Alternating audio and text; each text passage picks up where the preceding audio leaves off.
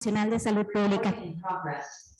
El día de hoy les estaré acompañando en este seminario institucional titulado Inequidades y contextos en salud mental, organizado por el Departamento de Actividad Física y Estilos de Vida Saludables del Centro de Investigación en Nutrición y Salud, CINIS, en el marco del Día Mundial de la Salud Mental 2022. Con el lema Hacer de la salud mental y el bienestar para todos una prioridad mundial. El Día Mundial de la Salud Mental fue declarado por la Federación Mundial de Salud Mental el 10 de octubre de 1992, con el objetivo de aumentar la conciencia de los problemas de salud mental en todo el mundo y movilizar los esfuerzos en apoyo de la salud mental. Aunque por años el tema ha sido agenda mundial, no fue hasta que vivimos la pandemia del virus SARS-CoV-2 que se hizo evidente el problema. Sin más preámbulo, le dejo la palabra al doctor Simón Barquera, director del Centro de Investigación en Nutrición y Salud del Instituto Nacional de Salud Pública, quien nos dará unas palabras de bienvenida a este seminario. Muchas gracias, doctor. Muchas gracias, Cecilia. Pues me da mucho gusto el día de hoy también que desde el CINIS y desde el Departamento de Actividad Física del CINIS se proponga este seminario institucional conmemorando el Día Mundial de la Salud Mental. Parece que es un tema que no tendría mucho que ver con las actividades del Centro de Investigación en Nutrición y Salud, pero pues como ustedes se imaginarán, pues está directamente relacionado y eso lo aprendimos mucho en la pandemia. Yo creo que la pandemia pues nos hizo ver a todos la importancia que tiene la salud mental como un componente de la salud pública, pero además dentro de los distintos nichos de especialidad nos hizo ver la importancia de reflexionar en torno a cómo la salud mental influye en distintos sistemas, ¿no? En el caso nuestro, por ejemplo, la alimentación y la actividad física se suelen ver como dos de los componentes que determinan el estado nutricio, y pues si pensamos un poquito más a fondo, pues todo lo que tiene que ver con salud mental, con las conductas, pues también está íntimamente relacionado. Entonces, pues me da mucho gusto que haya habido este liderazgo de César, de Isabel y de todo el grupo para proponer este seminario, y también pues muchas gracias a los ponentes que nos van a acompañar. Yo creo que va a ser muy enriquecedor pues esta es parte de estos seminarios institucionales que hacemos para toda la comunidad. Se está transmitiendo en redes. Bienvenidos también los que están viéndolo por redes. Ojalá podamos tener este diálogo activo y también no duden en mantenerlo, aun cuando acabe el seminario. Sigamos la conversación en redes, sigamos pensando cómo ser mejores después de esta pandemia, cómo dar respuestas con menos estigma, con más sensibilidad y empatía para mejorar la salud pública. Muchas gracias. Muchas gracias por estas palabras al doctor Simón Barquera. A continuación, daremos inicio a las presentaciones por parte de nuestros ponentes. Aprovecho para comentarles que al finalizar las presentaciones de nuestros invitados, tendremos un espacio para responder a todas sus dudas. Para dar inicio a este seminario, nos acompaña el maestro Diego Cerecero García. Diego Cerecero es economista en salud e investigador en la Dirección de Economía de la Salud e Innovación de Sistemas de Salud en el Centro de Investigación en Sistemas de Salud, CIS, del INSP. Diego se ha enfocado en estudiar los determinantes del desempeño de programas e intervenciones de salud enfocados en la prevención y tratamiento de VIH en países de ingresos bajos y medios. Además, ha participado y coordinado diversos proyectos de investigación enfocados en documentar el estado de salud de poblaciones vulnerables, como personas en prisiones, migrantes y población clave para VIH. Sus temas de interés incluyen VIH, evaluación económica y salud mental. El maestro Diego nos presentará el tema Inequidades en salud mental. Bienvenido, Diego, tiene la palabra. Gracias. ¿Le muevo aquí? Ah, sí, sí. Vale, gracias. Bueno, pues muchas gracias a todas y a todos por estar, y gracias por la invitación para para acompañarlos el día de hoy. Yo les voy a platicar acerca de algunas cosas que hemos estado desarrollando y que hemos estado encontrando en el tema de inequidades en salud mental, principalmente para algunos grupos poblacionales muy específicos en México. Y para comenzar la presentación, pues me gustaría platicarles un poquito acerca del panorama global de algunos problemas de salud mental. Entonces, bueno, para empezar, quisiera comentar que sabemos muy bien que las enfermedades no transmisibles, incluyendo las enfermedades mentales, son un componente muy importante de la carga global de la enfermedad. De acuerdo con la Organización Mundial de la Salud, en 2019 había 970 millones de personas que vivían con algún trastorno de salud mental. De estos 970 millones, o 1 de cada 8 personas, algo así como el 60% vivía principalmente con dos problemas de salud mental, depresión y ansiedad. Esos son problemas o desórdenes mentales comunes. De acuerdo también con la carga global de la enfermedad, precisamente la carga de estas enfermedades mentales entre 1990 y 2019 se ha incrementado de manera muy importante. Por ejemplo, la proporción de DALYs atribuidos a desórdenes mentales en este periodo de tiempo pasó de 3.1% a 4.19%. Y ya un poco más en concreto, pues esto se distribuye de manera diferenciada en grupos poblacionales. Por ejemplo, en 2017, la depresión fue la tercera causa de años vividos con discapacidad en mujeres y la quinta en hombres. Si nosotros vemos cómo se distribuye precisamente los DALYs, cómo se distribuyen los años de vida ajustados por discapacidad en diferentes grupos etarios, pero también para hombres y para mujeres, pues podemos observar cosas bastante interesantes. Las que están marcadas en rojo, como rojito y naranja, que están aquí, son principalmente desórdenes de depresión y de ansiedad. Y lo que vemos es que para casi todos los grupos de edad, pues corresponden a, o representan una parte muy importante, al menos la mitad de los años de vida ajustados por discapacidad para cada uno de los grupos poblacionales. Pero podemos darnos cuenta también que hay algunos grupos que presentan algunas cargas interesantes. Por ejemplo, entre los más jóvenes, vemos que destacan los desórdenes de la conducta y también las conductas alimentarias de riesgo. Otra cosa que también es muy interesante es que precisamente esta carga de problemas de salud mental se distribuye de manera muy heterogénea en todo el mundo. Hay diferencias muy importantes a nivel regional. Por ejemplo, aquí en este mapa podemos ver los años de vida ajustados por discapacidad atribuidos a desórdenes mentales, de acuerdo con datos de la carga global de la enfermedad para 2019. Y bueno, podemos ver que hay algunas regiones en el mundo que destacan como las más importantes o las que tienen mayor carga de estos problemas de salud mental, ¿no? Por ejemplo, el norte de África, algunos países de África subsahariana, Europa occidental, Estados Unidos y en América Latina, principalmente Brasil y Chile. Entonces, pues con estas dos imágenes que les estoy mostrando podemos empezar a pensar que esta carga, la carga de problemas de salud mental no se distribuye de manera equitativa, no se distribuye igual en todas las poblaciones. Hay algunos grupos en los que se ven más afectados que otros, algunas regiones que se ven más afectadas que otros, y entonces eso nos podría empujar a pensar un poco que es un tema en el cual también existen inequidades. Entonces, las inequidades en materia de salud mental, pues, ¿perdón? Okay.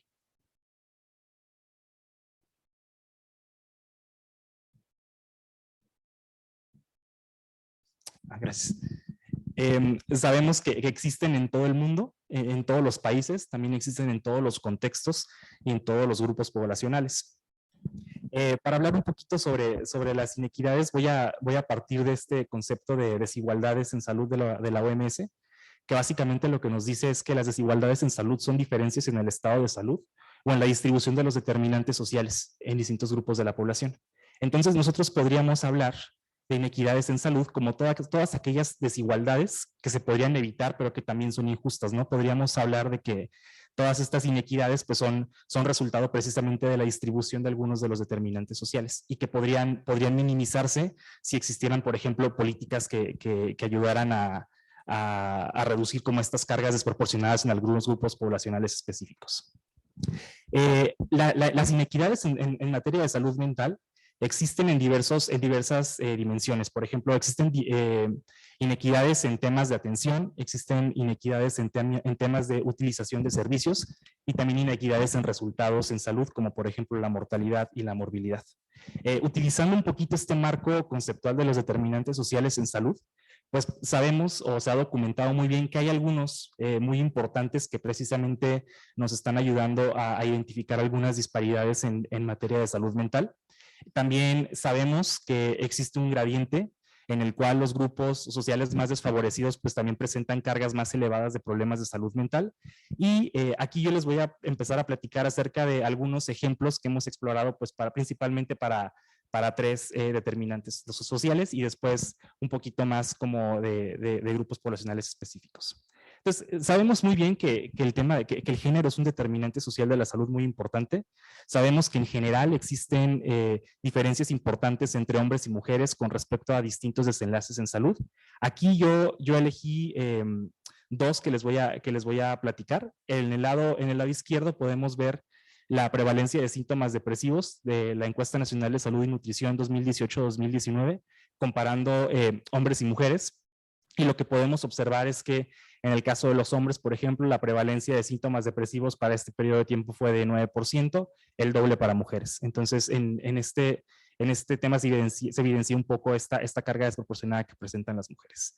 Cuando hablamos, por ejemplo, de trastorno depresivo mayor, en la gráfica de la derecha nosotros podemos ver la evolución en la prevalencia de trastornos depresivos mayores de acuerdo con datos de la carga global de la enfermedad para el periodo del 2000 al 2018.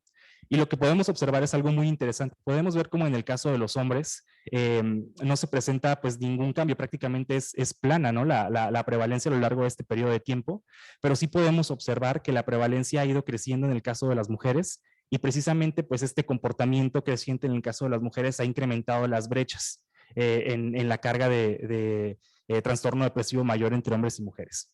A pesar de que aquí se puede ver un poco que las mujeres, pues se confirma lo que se ha encontrado de manera muy consistente, que las mujeres presentan mayor carga de algunos problemas de salud mental que los hombres. Es muy interesante que, por ejemplo, en temas de acceso, en temas de, por ejemplo, cobertura de detección, es decir, dado que tengo, eso es para depresión también, que tengo depresión, alguien me diagnosticó y dado que necesito tratamiento, estoy tomando tratamiento, pues se puede ver, esos son resultados de un modelo de regresión logística para explorar determinantes de cada uno de esos desenlaces. Se puede ver cómo en comparación de los hombres, las mujeres tienen mayores probabilidades de haber sido detectadas, dado que tienen un problema de salud mental, o que están tomando tratamiento dado que lo necesitan. Entonces, a pesar de eso, como en el sentido de acceso a algunos servicios, parece que las mujeres tienen un poco más de acceso que los hombres. En tema de estatus socioeconómico, sabemos también que existen diferencias. Se ha documentado también muchísimo que el nivel socioeconómico de las personas es un determinante importante para algunos problemas de salud mental. Y de nuevo, aquí voy a regresar a mostrarles dos ejemplos. El mismo ejemplo para la Encuesta Nacional de Salud y Nutrición, en el cual estamos utilizando aquí como variable proxy de nivel socioeconómico el nivel educativo. Podemos observar cómo la prevalencia de depresión varía entre 7 y 26%, siendo pues bastante más alta en personas sin escolaridad. Podemos observar como este gradiente de que mayor escolaridad, menor prevalencia de síntomas. Y de este lado les muestro los resultados de un estudio en el cual medimos las inequidades en la prevalencia de síntomas depresivos para una muestra de mujeres migrantes que estaban viviendo en una ciudad del norte de México, en Tijuana.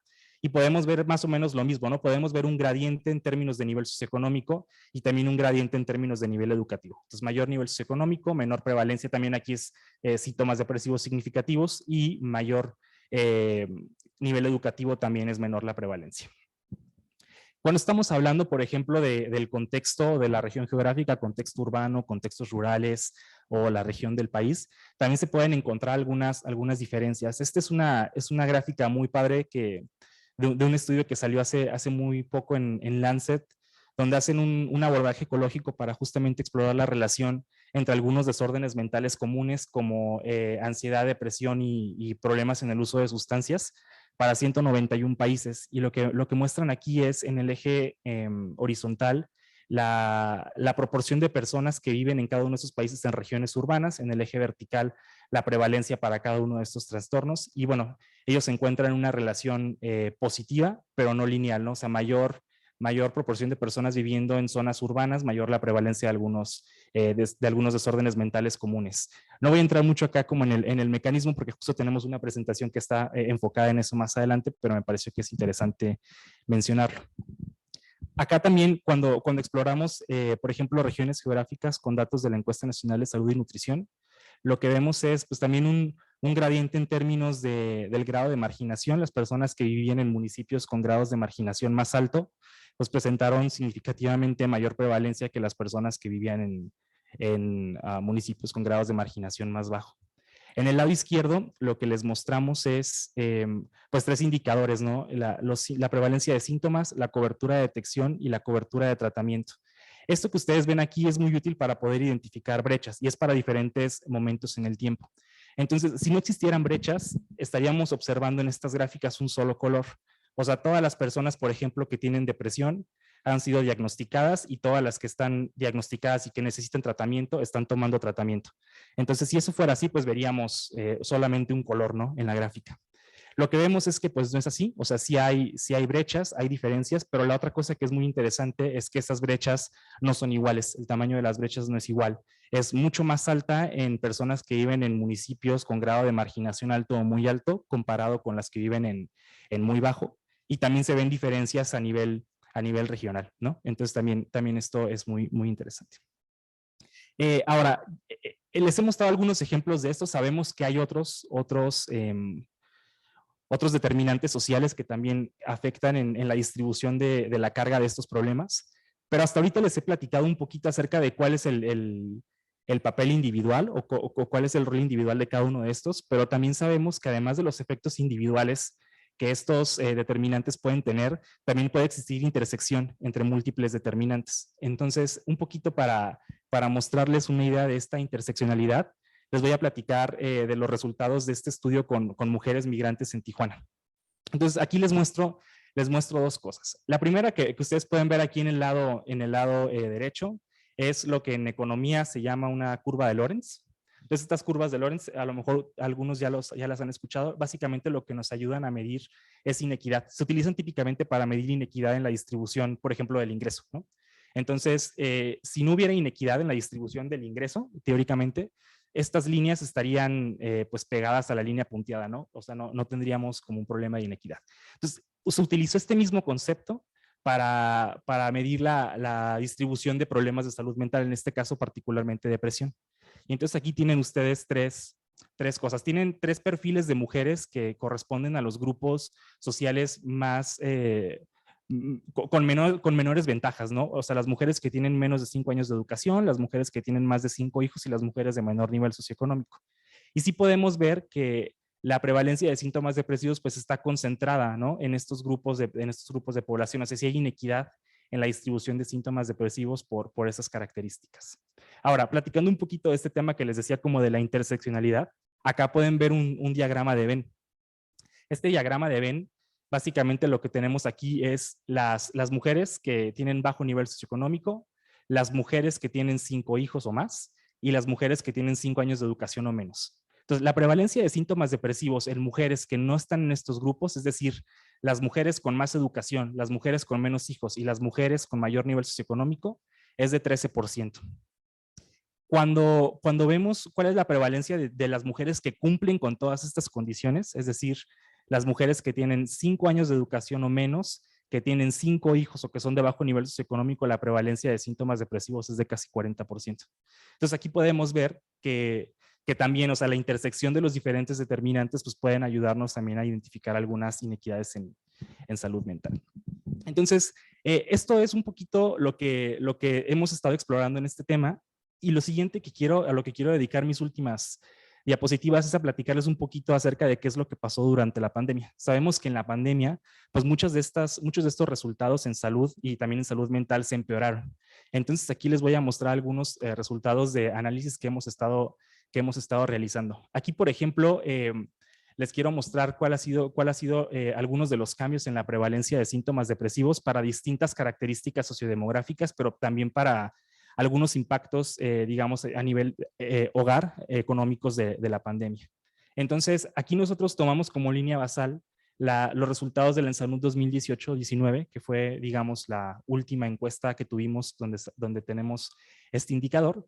Y después utilizamos algunas encuestas que se realizaron también con representatividad nacional, aunque con metodologías diferentes, esto es importante mencionarlo. Entonces aquí tenemos las Encovid. Las Encovid son unas encuestas que hizo la Ibero, donde mensualmente fue recopilando información sobre algunos desenlaces o experiencias de las familias a lo largo de toda la pandemia y midieron algunas cosas de salud mental. Entonces aquí lo que les queremos mostrar es pues cómo evolucionó la prevalencia de síntomas depresivos antes de la pandemia, después en abril de 2020 y en junio de 2020.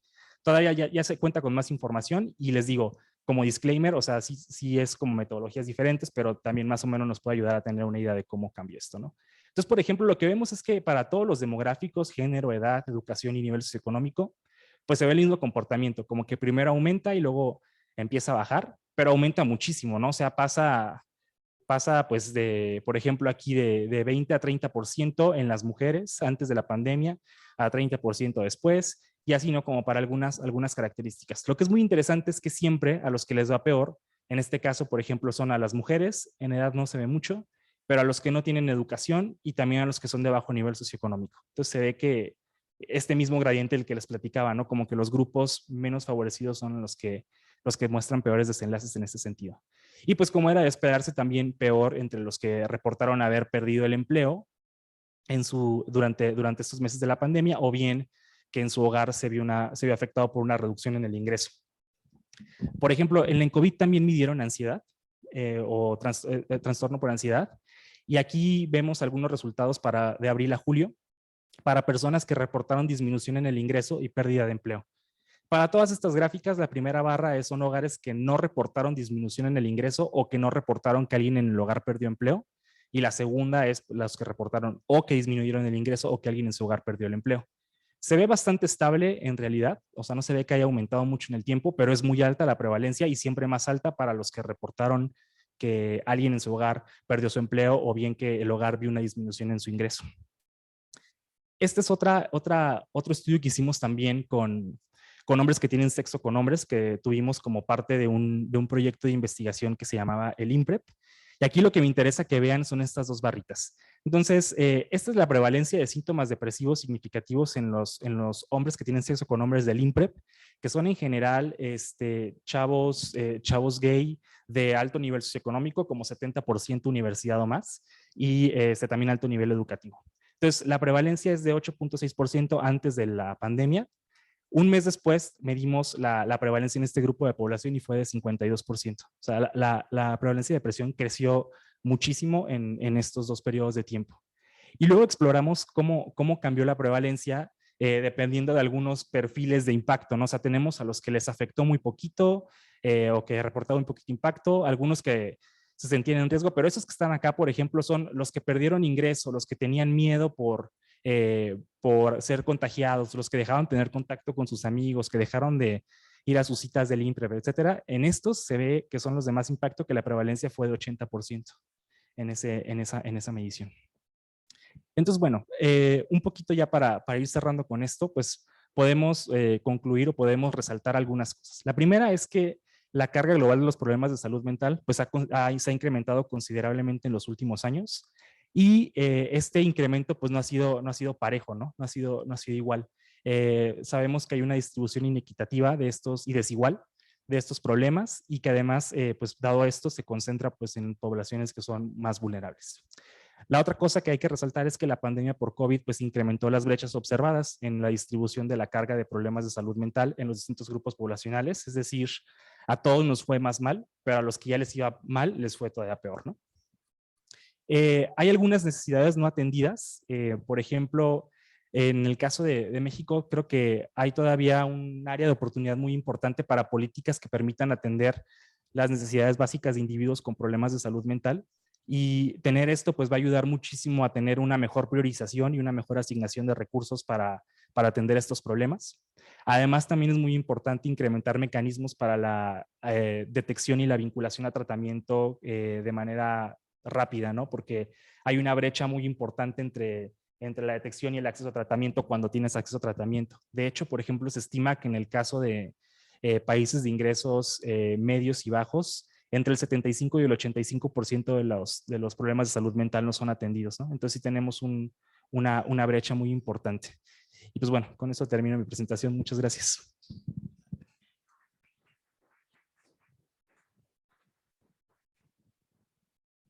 Muchísimas gracias, maestro Diego. Sin duda, las inequidades en salud mental existen en todos los países, contextos y grupos poblacionales, pero es muy interesante ver cuáles son estos grupos poblacionales específicamente en México. Muchísimas gracias.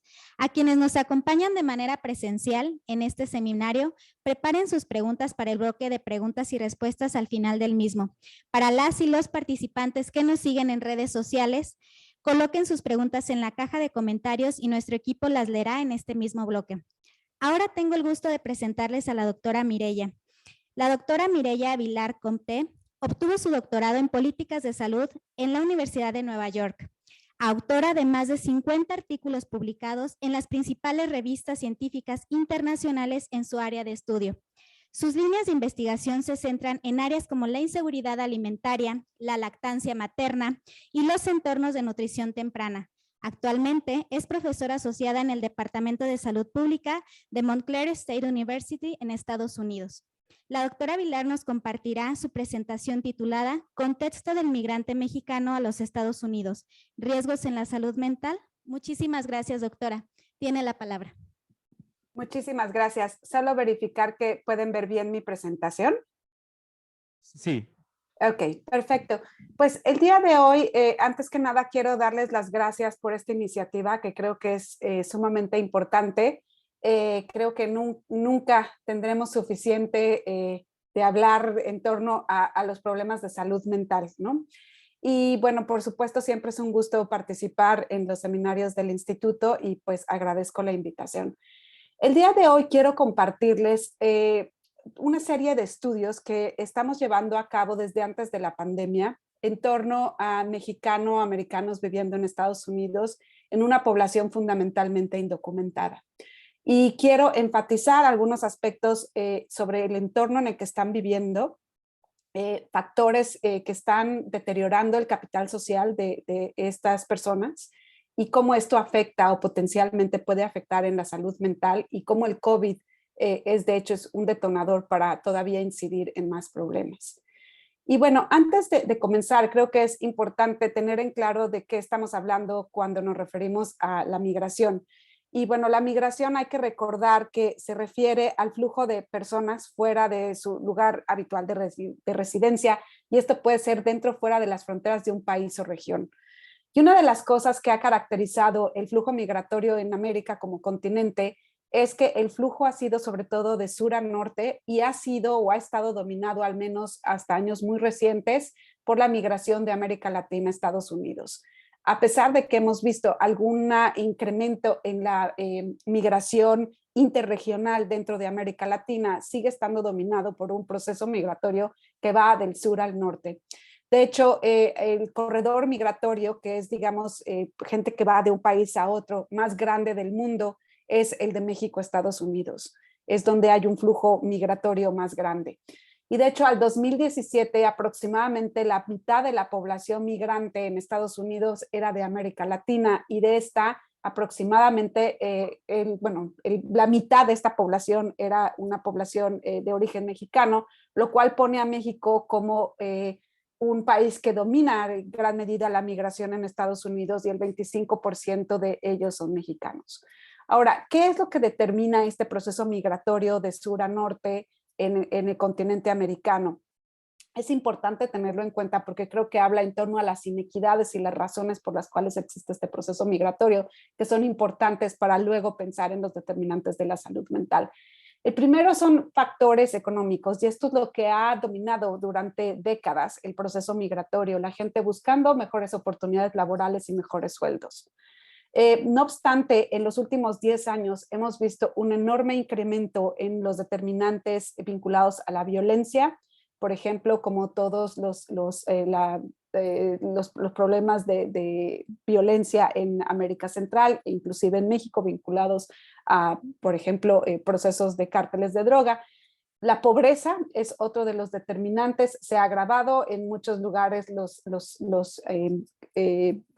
procesos de pobreza se han agravado en muchos países, especialmente de Centroamérica, y también en parte están vinculados al proceso de cambio climático, en particularmente pues lo que es llamado el Dry Corridor, que es parte de Centroamérica, que ha sido un detonante gigante del proceso migratorio y que yo creo que este es una razón por la cual solo vamos a ver incrementados los procesos migratorios en el mundo, no solo en el continente americano. Ahora, dentro de este proceso, creo que hay algo que es importante. De acuerdo con estimaciones del 2015 en Estados Unidos, más de 12 millones de migrantes son indocumentados, de los cuales el 55% son mexicanos. En Estados Unidos, en el 2017, había 12.5 millones de migrantes mexicanos y está dominado el proceso migratorio por mexicanos indocumentados. Y aquí quiero frenar un segundito y nada más explicitar que nunca nos referimos a las personas como legales o ilegales. No existen personas legales o ilegales. Existen personas indocumentadas o documentadas. Entonces, esto es una cosa que desde una perspectiva de derechos humanos es importante de recalcar. Ahora, el proceso migratorio en Estados Unidos, cuando lo estudiamos de México a Estados Unidos, siempre ponemos como un parteaguas los años 80. El proceso migratorio antes de los 80 estuvo dominado especialmente por industrias muy específicas y procesos sobre todo de carácter agrícola. Estaba dominado por hombres que migraban a espacios muy específicos en Estados Unidos geográficamente y que procedían de lugares muy específicos en México. A partir de los años 80, esto cambia y lo que observamos es que se van de muchos lugares en México y llegan a destinos muy variados en Estados Unidos, pero que están dominados por regiones urbanas, por ejemplo, como el área de Nueva York. Llegan muchísimos migrantes en familia, no nada más llegan los hombres, sino llegan quizás no en familia nuclear, pero con relaciones un poco más extensas. Y hay una creciente migración vinculada a servicios, por ejemplo, como restaurantes, tintorerías, paquetería, etcétera. Entonces, esto cambia un poquito el perfil de los migrantes y el perfil de los estresores a la salud del migrante. Y siguen siendo centralmente migrantes indocumentados. Ahora, la migración afecta la salud. Es una de las dimensiones que es más afectada, de hecho. El proceso migratorio tiene un impacto directo en la salud. Ahora, no siempre es negativo. Hay veces que el proceso migratorio incluye resultados también positivos, ¿no? Entonces, no hay una forma de decir siempre es negativo. Depende de una red compleja de factores entre los que están el aculturamiento y si el aculturamiento es hacia factores de carácter positivo o negativo. Pero algo que quiero enfatizar es que el contexto sobre todo de estos migrantes indocumentados y estos migrantes con los determinantes que antes habíamos señalado es un contexto de mucha tensión porque viven inequidades estructurales en su lugar de origen y estas perduran en el lugar de destino. Entonces es una tensión constante entre estas inequidades de origen y destino. Y el contexto también está fuertemente inundado de estrés y de estigma en torno a quién es el migrante y quién es el migrante mexicano en Estados Unidos. La falta de acceso y utilización a los servicios de salud, porque sobre todo aquellos quienes son indocumentados no tienen acceso a ninguna de las reformas que se han hecho al sistema de salud en Estados Unidos, entonces siguen realmente teniendo fuertes problemas de acceso a los servicios y junto con el estrés y el estigma incrementan los problemas de utilización de los mismos. Y esto se ve fuertemente agravado con las políticas antimigratorias que se sucedieron en la administración de Trump y que tensionaron todavía más este estrés, esta falta de acceso y este problema de utilización de los servicios de salud. Ahora, en torno a la salud mental en la población de destino, hay distintos indicadores. Voy a usar el de depresión, porque es el que está mejor documentado. Esto no quiere decir que esté minimizando la existencia de otros problemas de salud. En el 2019, el National Institute of Mental Health estableció una prevalencia de 7.8% en la población adulta adulta en Estados Unidos, que tuvo al menos un episodio de depresión mayor. El episodio de depresión mayor se utiliza muchas veces como indicador porque cuando hay un proceso de depresión mayor es generalmente un proceso que está ya diagnosticado. En 2019 era 7.8, para 2020, que ya estamos capturando un pedazo de la parte pandémica, incrementa a 8.4. En 2020, cuando era 8.4 para toda la población de Estados Unidos, en la población de hispanos, ¿no? Que bueno, engloba a los mexicanoamericanos y a muchos otros, y que engloba a una cantidad gigante de gente con distintos procesos de documentación o de residencia, ¿no? Era 7%. Entonces ya vemos que hay un episodio de depresión, el episodio de depresión mayor es menos frecuente en los hispanos que en los adultos, en la población de Estados Unidos en general, pero este gap, esta brecha que estamos observando se debe prioritariamente a un tema de acceso a los servicios de salud. Ahora, les quiero compartir un par de estudios que hemos venido trabajando desde antes de la pandemia, en donde lo que voy a presentar son datos de una muestra de migrantes mexicanos en el área de Nueva York, que es un ejemplo de estos nuevos migrantes post-1980, con altas tasas de indocumentados. Y quiero tratar de hablar de tres cosas. La primera es la prevalencia de depresión diagnosticada. La segunda es evaluar cómo se vinculan algunos indicadores psicosociales afectados por la retórica antimigrante y que pueden tener un estresor muy grande en la salud mental. Y la tercera es ver un poquito cómo se agrava esto con la pandemia por COVID-19. Este es un estudio transversal que hicimos en residentes de la ciudad de Nueva York y lo reclutamos en el Consulado General de México en Nueva York y en sus consulados móviles, cuando la gente estaba haciendo trámites consulares o visitas a un programa que tienen que se llama Ventanillas de Salud. Y bueno, pues no es un lugar ni una muestra perfecta, pero es mejor que muchas formas alternativas de capturar esta población tan difícil de hacerlo, porque hay que ganarse su confianza. Y tres de las ventajas es que atrae a mexicanos con muchas características distintas porque van por razones muy distintas al consulado. Las citas para atender a los procesos son agendadas de forma aleatoria, entonces esto trae una aleatorización a los días en que se reclutan, que es deseable para factores de investigación. Y la otra es que se reduce muchísimo el sesgo de no participación debido simplemente a la confianza de estar en suelo mexicano. Todas las entrevistas fueron hechas por personal mexicano, bilingüe y capacitado y las hicimos de mayo a junio del 2019 y reclutamos 266 personas. Ahora, solo quiero enfatizar algunas de las características de la gente que participó en este estudio. La primera es que en promedio tenían 39 años y esto lo quiero enfatizar porque es una población, la verdad, bastante joven, que lleva en Estados Unidos en promedio 17 años, lo cual quiere decir que capturamos bien nuestra muestra, ¿no? Porque empata dentro del rango de esta migración post-1980. Algo que es importante es que más del 50%, más de la mitad de esta muestra de 39 años de edad promedio, decían que su salud autorreportada era de regular a mala, lo cual aquí hay un indicador psicosocial importante detrás de esta respuesta. Y bueno, tenemos prevalencias de distintas condiciones diagnosticadas por un profesional de la salud y vemos que la depresión está en 7%. 7% seguramente es la punta del iceberg porque es una población con muchísimos problemas de acceso a la utilización de los servicios de salud.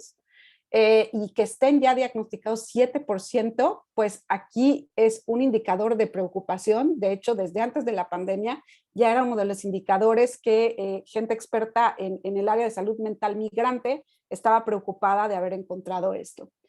Y bueno, y solo para enfatizar este tema del acceso a los servicios de salud, más del 50% denota, bueno, contestó que era casi pues nunca o solo a veces tenían atención médica cuando la necesitaban y esto generalmente es a través de clínicas comunitarias en donde no hay ninguna continuidad en el cuidado. Ahora, una de las cosas que vimos, y esto lo tratamos de ver para capturar este tema de la retórica antimigrante, tenemos datos de 2008 sobre estas mismas preguntas y tratamos de ver cómo se ha deteriorado el sentido de seguridad y confianza y vemos que se ha agravado mucho la pérdida de la seguridad y la confianza del migrante mexicano por toda esta retórica migrante.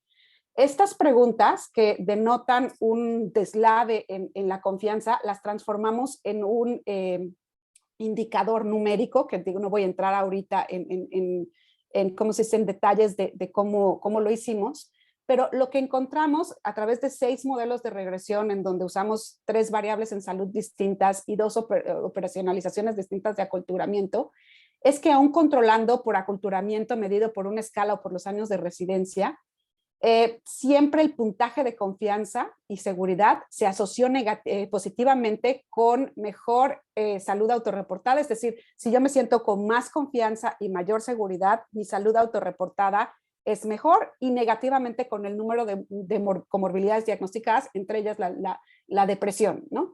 Entonces, este agravamiento que estamos viendo por la retórica antimigrante del score o el puntaje de confianza y seguridad es un estresor grandísimo a largo plazo de prevalencias en distintos temas, entre ellas la de salud mental. Y bueno, y teníamos una tercera variable, si era contar con seguro médico, que en realidad no, lo que encontrábamos era no encontrar ninguna asociación, y bueno, la hipótesis que teníamos la encontramos, no era nada más como para ver la sensibilidad en torno a este tema.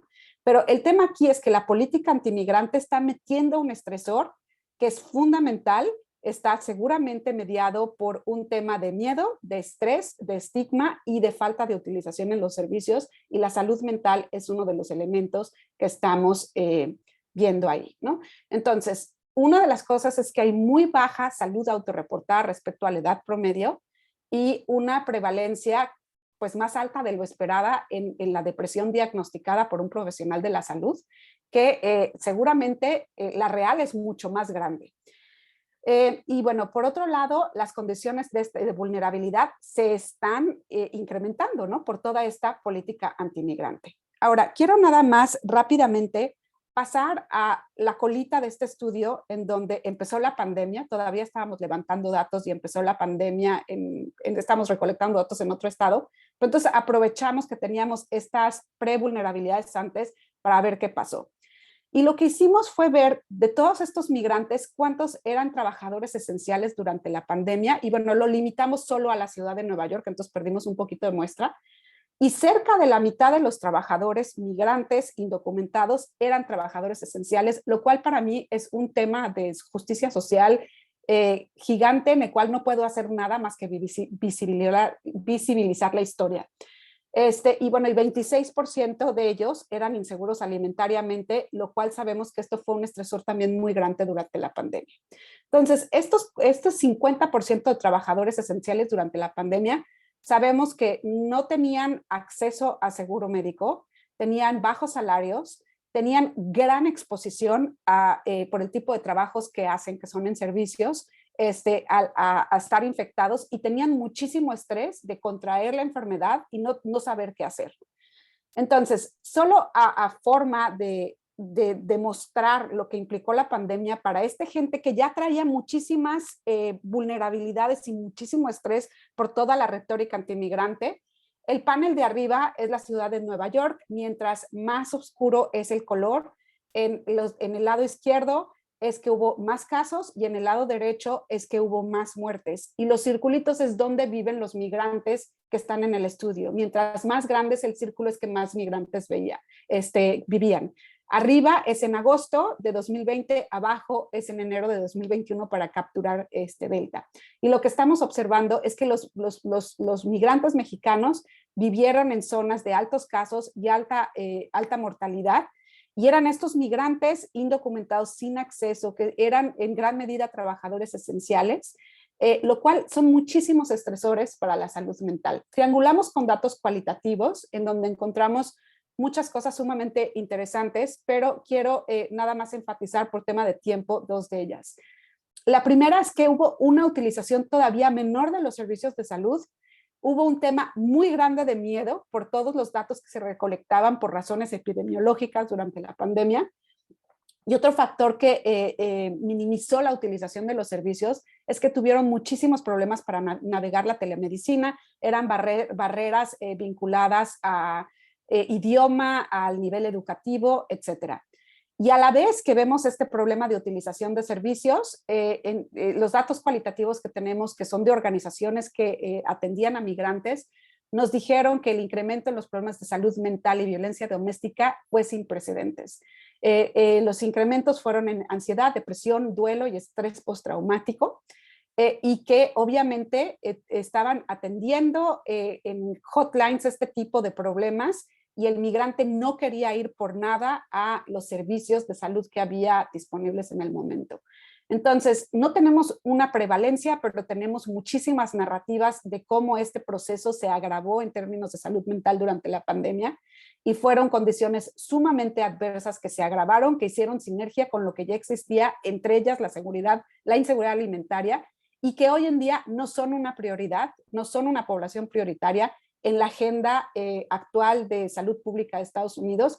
Y por eso digo que el tema de que el 50% de ellos hayan sido trabajadores esenciales que mantuvieron la economía de este país y que estén totalmente invisibles en las prioridades de salud pública es un tema que desde mi perspectiva es de justicia social. Entonces, en conclusión, yo quiero nada más decir que estudiar la salud mental de los migrantes con altas proporciones de individuos indocumentados es sumamente difícil, y que siempre requiere de nuestra creatividad como investigadores de ver cómo llegamos a ellos. Que los migrantes mexicanos en Estados Unidos presentan grandes problemas de acceso a la utilización de los servicios de salud, y de la salud mental todavía más, porque a la salud mental se suma el estigma en torno a temas que vienen desde México, desde la cultura, y como lo estaba enfatizando Diego hace unos minutos, y de estas inequidades estructurales que ya veíamos desde la ponencia antes, y que solo se magnifican en la comunidad de destino. La retórica antimigrante erosiona grandemente las redes fundamentales para esta vida tan dura que ya viven los mexicanos indocumentados en Estados Unidos, y sabemos que deteriora indicadores objetivos y subjetivos de la salud mental. Y esta retórica antimigrante puede tener un empeoramiento muy fuerte en las siguientes décadas, dependiendo cómo vaya la política de Estados Unidos. En las etapas iniciales de la pandemia, pues obviamente hubo un impacto desproporcionado, que lo mostramos en los mapas, y hay indicadores cualitativos de que la salud mental se empeoró. Con esto, pues bueno, les dejo un panorama no muy alentador, pero creo que trabajando con comunidades locales y con gobiernos locales es como vamos a encontrar salidas para encontrar mejores servicios y una mayor atención a la salud mental del migrante en Estados Unidos. Muchas gracias.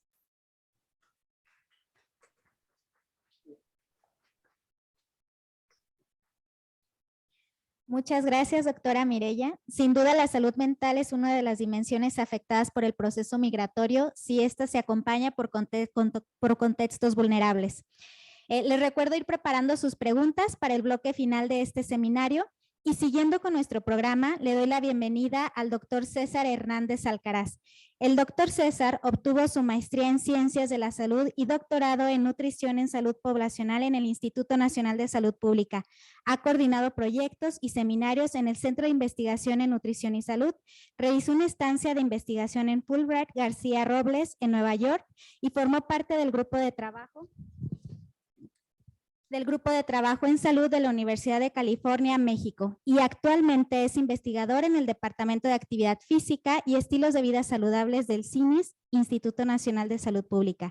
Él nos presentará el tema Contexto Urbano, Estilos de Vida y Salud Mental. Muchísimas gracias, César. Adelante. Muchas gracias a todas. Gracias, Ceci, por la presentación. La verdad es que para mí fue un gusto enorme. Me voy a subir. Fue un gusto enorme haber tenido la oportunidad de ser invitado a organizar este seminario y tener como invitados a Diego, a Mireya y evidentemente pues a Ceci, tenerla apoyándome aquí en todo el proceso, ¿no? Y muchas gracias al CINIS por permitirnos organizar este tipo de eventos en días que se conmemoran cosas tan importantes como la salud mental. Entonces, justo como lo comentaba Ceci, de lo que yo les voy a hablar es sobre el contexto urbano, estilos de vida y salud mental, que es parte de lo que hice, lo venía planteando desde mi tesis doctoral y ahora lo sigo haciendo, ¿no? Entonces, bueno, algo del contenido, vamos a hablar sobre contextos urbanos en el mundo, la salud mental dentro de los objetivos del desarrollo sostenible. los espacios públicos abiertos como una oportunidad para reducir la carga en la salud mental, algunos estudios, ejemplos de estudios que se han hecho desde el CINIS y los retos y potenciales soluciones para el futuro. ¿Sale? Entonces, en el mundo, la población actual en el mundo es de 7.8 mil millones de habitantes y para el 2050 se espera que sea de 10 mil millones de habitantes y aproximadamente el 80% de esta población va a vivir en zonas urbanas. En América Latina particularmente, tratando de acercarnos al contexto de México, en América Latina se reconoce como la segunda región más urbanizada del mundo, después de América del Norte. Tiene una de las tasas de crecimiento urbano más altas en el mundo y se caracteriza por altas tasas de crimen, densidad poblacional y baja calidad de vivienda. Estos son factores que se han reconocido como factores que pueden afectar la salud mental. Entonces, es por eso que los traté de enfatizar en esto. En el caso de México, en los últimos 15 años ha tenido una mejora importante en indicadores económicos y de bienestar, menos en seguridad, trabajo e ingresos. Esto es de acuerdo a la OSDE. Uno de los países con mayores inequidades en el mundo, mientras tenemos a las personas más ricas o que han sido nombradas como las más ricas en el mundo, tenemos poblaciones que no tienen ni siquiera acceso a una alimentación segura, ¿no? O a comer algo, básicamente, ¿no? Entonces, esto nos habla de que tenemos un país con grandes inequidades. Entonces, estas inequidades en la mayor de las veces se explica a través de las diferencias que hay entre zonas rurales y zonas urbanas. Como un ejemplo, en una evaluación que hizo la OCDE en 2015, en la cual midió diversos indicadores de bienestar en los estados mexicanos, lo que hizo fue asignarles una posición en diferentes indicadores que vemos aquí enlistados, que van del 1 al 32. Y, por ejemplo, podemos ver cómo la Ciudad de México, tomé 3 ejemplos, Ciudad de México, Morelos, por estar aquí el instituto, y en Guerrero, por ser uno de los estados con mayores afecciones o con los puntajes, o digamos con el ranking más bajo en casi todos los indicadores. Como podemos ver en la Ciudad de México, particularmente tenemos una mezcla en la cual tenemos puntajes súper buenos, en las cuales vemos que en cuanto a vivienda e ingreso estamos en Ciudad de México súper bien, o sea, tenemos acceso a vivienda segura o de calidad, y en cuanto a ingresos, pues es muy alto. Pero vemos que, por ejemplo, en compromiso cívico y gobernanza tenemos un puntaje muy bajo, en satisfacción con la vida. O sea, imagínense, a pesar de que tenemos acceso a vivienda, ingreso, la satisfacción con la vida está en uno de los puntajes más bajos y el equilibrio trabajo-vida, pues evidentemente es muy bajo. Y esto se puede ver, por ejemplo, en personas que se trasladan distancias de hasta 2 horas o 3 horas para poder llegar a su trabajo y tener que regresar a sus casas, en las cuales las horas de sueño se alteran, las horas de comida se alteran, la actividad física, que son justo las cosas a las que vamos a enfocarnos en un momento. En cuanto a Morelos, pues les dejo aquí un ejemplo de una mezcla, pero también vemos indicadores en los que estamos muy bajos. Y si se fijan, casi todos los indicadores, a reserva del de vivienda y el de conexiones sociales, casi todos están por abajo de 16, que sería en la mitad del ranking, ¿no?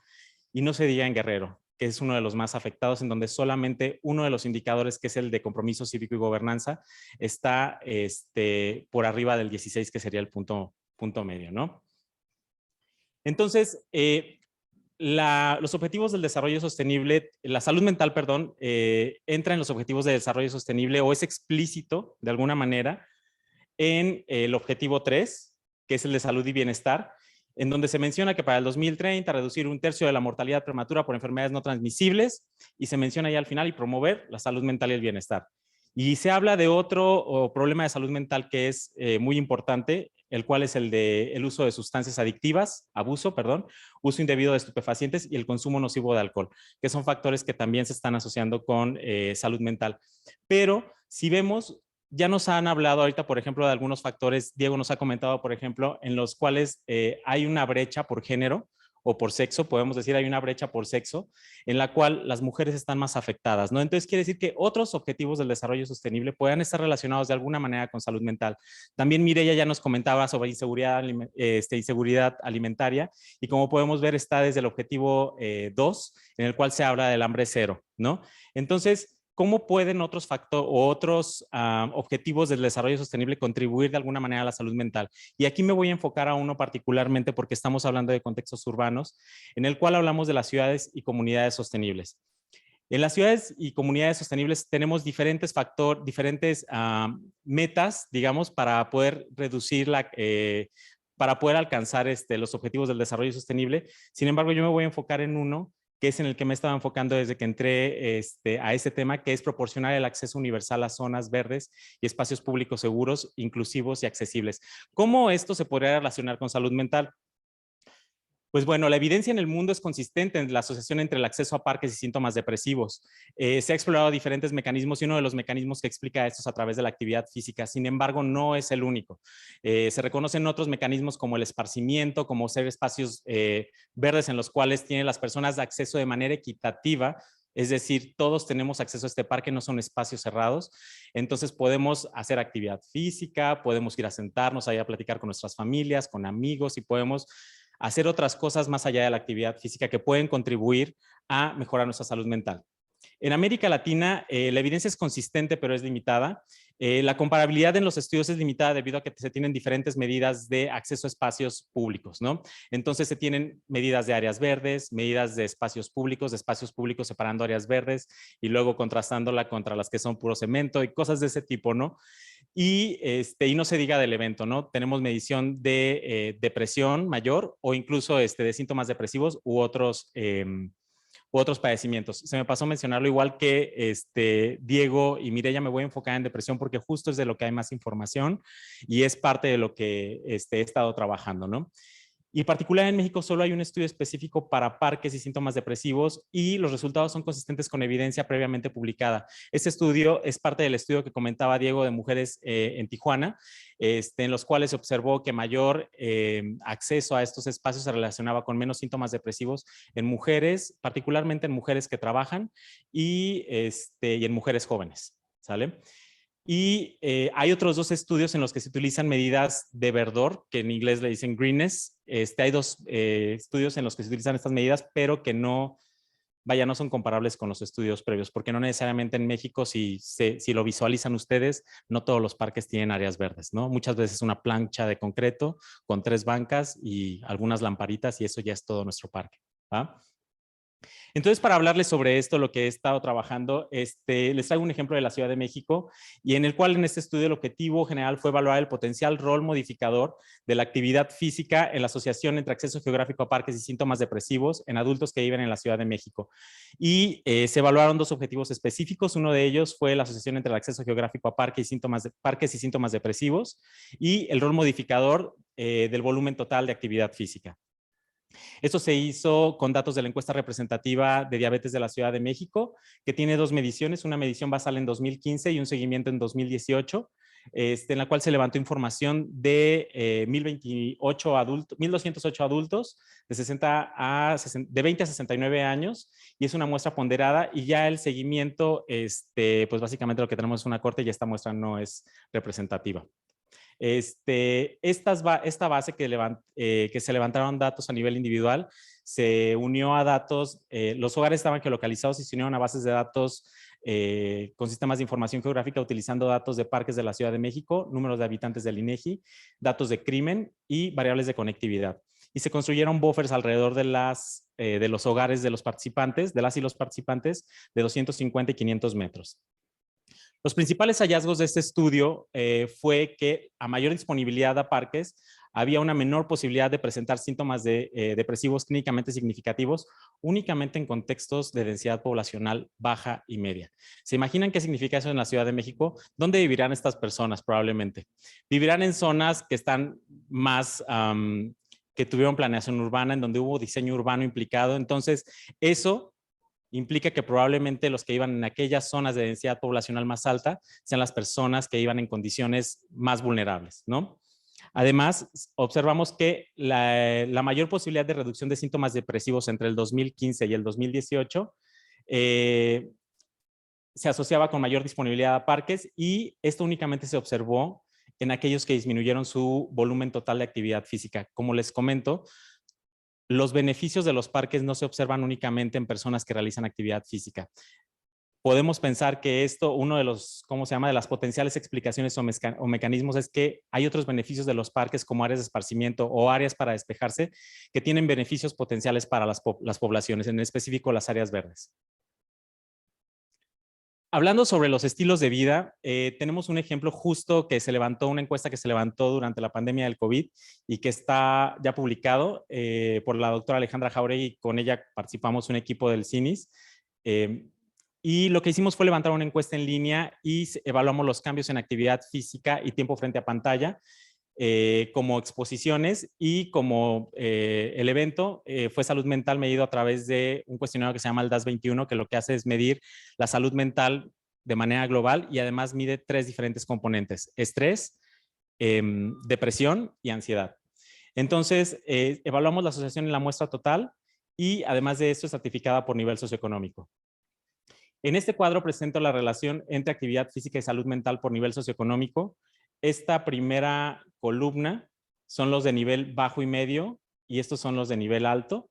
Y lo que podemos ver es que los puntajes, tanto de salud mental, conforme se incrementa el puntaje, es más malo. Digamos que mientras el puntaje es más alto, es más malo. Tienes una salud mental más pobre, digámoslo de alguna manera, ¿no? Entonces, lo que podemos observar es que tanto en nivel socioeconómico bajo y medio, el puntaje total del DAS-21 aumentaba, tanto en aquellos que eran inactivos como en aquellos que disminuyeron su actividad física.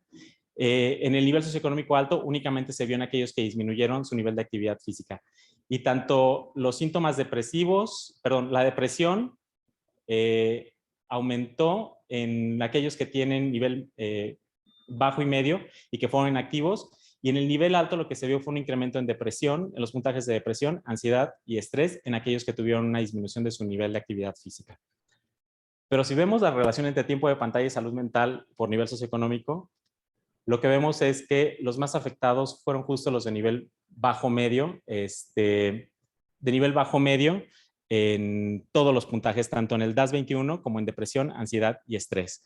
Es decir, sus puntajes fueron más altos en tanto en el conteo global como en cada uno de los componentes, y en nivel socioeconómico alto únicamente se observó para depresión y fue en aquellos que tuvieron un tiempo alto frente a pantalla. Entonces, este estudio lo que hace es confirmar la relación entre actividad física y tiempo de sedentario con salud mental, y además que estas asociaciones están modificadas por el nivel socioeconómico. En cuanto a actividad física, parte de las explicaciones que dábamos es que en niveles socioeconómicos medio y bajo, muchas veces el modelo de actividad física está basado en necesidad. Es decir, yo necesito moverme. No es que quiera moverme o decido moverme hoy, porque aunque tengo mi auto, hoy me voy a mover caminando, ¿no? Esa es la diferencia. Entonces, tenemos un modelo basado en necesidad y un modelo basado en decisiones. Entonces, mientras que el modelo basado en decisiones es actividad física recreativa, el modelo basado en necesidad está basado en actividad de transporte. ¿Y qué fue lo que más se vio afectado durante la pandemia de COVID? Pues fue el transporte. Si no nos movíamos o casi no salíamos, es muy probable que esos niveles de actividad física disminuyeron o se mantuvieron al menos, ¿no? Digo, no, más bien que disminuyeron. En cuanto al tiempo frente a pantalla, una de las hipótesis que planteamos en el artículo es que tenemos diferentes usos de pantallas, mientras que hay un uso que es el que reconocemos más, que es ver tele, estar sentado frente a un iPad, usar el celular. Se le reconocen como actividades pasivas, es decir, son actividades en las cuales no se estimula la mente de la misma manera que si estuviéramos leyendo, por ejemplo, un libro en una tablet, ¿no? Entonces, el estímulo es diferente y es por eso que nosotros pensamos que tal vez las actividades o que el tiempo frente a pantalla se relacionó con mayor fuerza en aquellos que eran de nivel socioeconómico bajo, es por decir, porque practicaban en su mayoría actividades pasivas. Sin embargo, el estudio no nos dio para poder separar entre actividades pasivas y activas. Entonces, los retos potenciales y soluciones es generar evidencias que consideren la diversidad del contexto mexicano. Como podemos ver, el ambiente tiene un rol potencial en la salud mental, pero también los estilos de vida. Entonces, poder caracterizar estos diferentes contextos nos va a ayudar a poder entender varias de las cosas, o al menos desde el enfoque preventivo poder atender este problema que es salud mental. Pues desde la docencia, la formación de recursos humanos con habilidades para formar grupos multidisciplinarios, porque como vemos, no es de una sola disciplina. Hablamos de diseño urbano, hablamos de nutrición, hablamos de actividad física, hablamos de varias cosas en las cuales no solamente somos los de la investigación los que estamos, nosotros somos los que estamos aportando la información, pero hay gente que va a aplicar esto y que necesitamos para eso equipos multidisciplinarios. Y pues bueno, para la parte de incidencia en políticas públicas, pues participar con la sociedad civil, identificar las necesidades de población, actores y momentos claves para la toma de decisiones. Y pues eso sería todo por mi parte. Muchas gracias.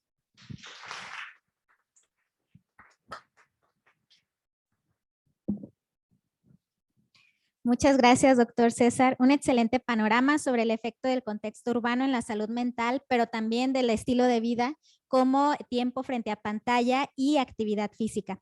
Muchas gracias a todos nuestros ponentes del día de hoy. Vamos a continuar con el bloque de preguntas por parte de nuestros asistentes y seguidores por redes sociales. Les pido de favor a los ponentes pasen al auditorio y a la doctora si puede encender su cámara para dar comienzo a este bloque. Muchísimas gracias. Esta sección estará guiada por Carlos Alberto Reyes, licenciado en nutrición por la Universidad Autónoma del Estado de Morelos. Realizó su servicio social en el Centro de Investigación en Nutrición y Salud del 2021 al 2022. Adelante, Carlos. Muchas gracias, doctora. Y bueno, como lo mencionó la doctora Cecilia, seleccionamos varias preguntas de las redes sociales, pero primero empezaremos con las preguntas de nuestro auditorio aquí presente. Solo les pido que cuando digan su pregunta mencionen su nombre y si son estudiantes o investigadores del instituto, por favor. ¿Sí? Gracias. Buenas tardes. Gracias a todos los ponentes por esta invaluable información y este panorama más al día de salud sobre la información en salud mental. Mi pregunta es, yo soy Naía Agüero, soy estudiante del doctorado en Ciencias de Nutrición Poblacional y mi pregunta es si es para los tres ponentes. Considero importante dentro de los retos y potenciales soluciones también incluir en los estudios, en investigación, a la comunidad, a esta respuesta social organizada para poder empoderar a las personas y que sean ellas mismas las que puedan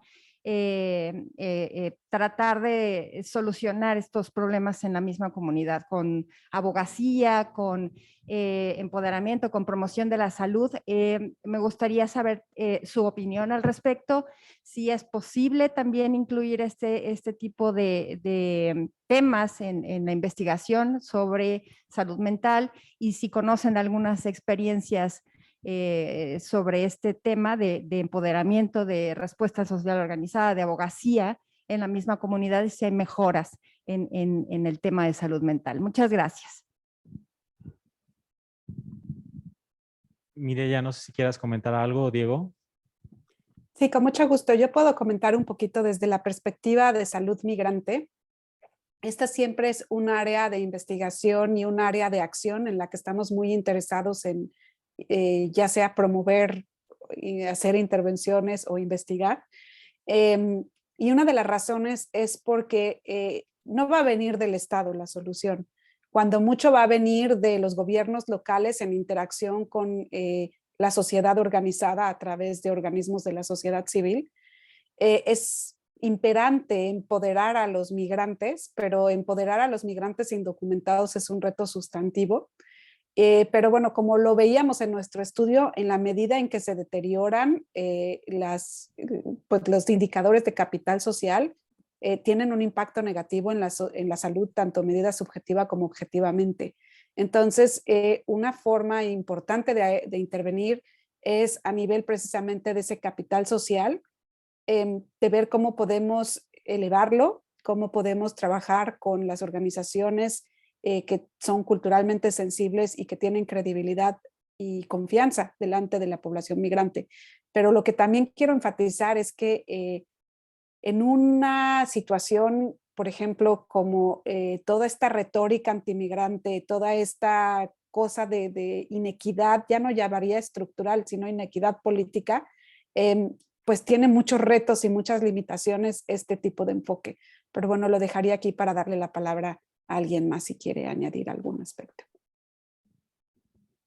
Gracias por la pregunta. También un poquito abonando a esto, creo que justamente una de las estrategias o una de las formas en las que podemos también como reducir todas estas brechas de las que les estaba hablando es precisamente a través del empoderamiento. Por ejemplo, una de las principales causas por las cuales observamos como porcentajes tan bajos de personas que acceden a servicios de salud es precisamente por un tema como mucho de estigma que hay alrededor de todos los problemas de salud mental. Entonces, creo que es necesario trabajar en información, en el empoderamiento de las comunidades, de las personas, para el reconocimiento de los problemas de salud mental y con eso la búsqueda de atención. Entonces, creo que esa es una cosa importante. La otra cosa importante tiene que ver con precisamente pues, generar mucho más conocimiento acerca del tema para incrementar, para visibilizarlo más, o sea, hacer mucho más visible los problemas de salud mental, y esto va a ayudar justamente a poder también pues mejorar en cierto sentido como el nivel de priorización que se tiene para atender ese tipo de problemas. Por ejemplo, hemos estado explorando no sé, como por ejemplo la infraestructura que tiene el sistema de salud para atender problemas de salud mental es súper baja. El porcentaje del presupuesto público en salud que se destina a salud, a atención de salud mental es muy bajo. Tenemos mucho menos de lo que deberíamos, por ejemplo, psiquiatras por cada X número de personas. Entonces creo que también hay como retos importantes desde esa perspectiva. Sí, creo que la parte de estigma sí sigue vigente, pero creo que la pandemia nos hizo ser más sensibles ante este tema. Tal vez no en todos los estratos sociales, pero al menos ya es algo de lo que se está hablando. Digo, desafortunadamente hay que pensar que vinieron cosas buenas de todo este proceso y que una de ellas fue visibilizar este problema y hacernos conscientes de que existe, ¿no? Yo en mi vida hubiera pensado que alguien pudiera decir aquí en México, no puedo ir al trabajo porque no me siento bien, y no me siento bien es, no me siento bien, o sea, no tengo niveles de glucosa alterados, no tengo dislipidemias, no tengo eso, pero no me siento bien para trabajar. Entonces creo que eso es algo que como comunidad científica deberíamos de aprovechar para poder empoderar a aquellas personas que ya reconocen este problema, y a las que no reconocen, empezar a brindarles información de alguna manera, ¿no?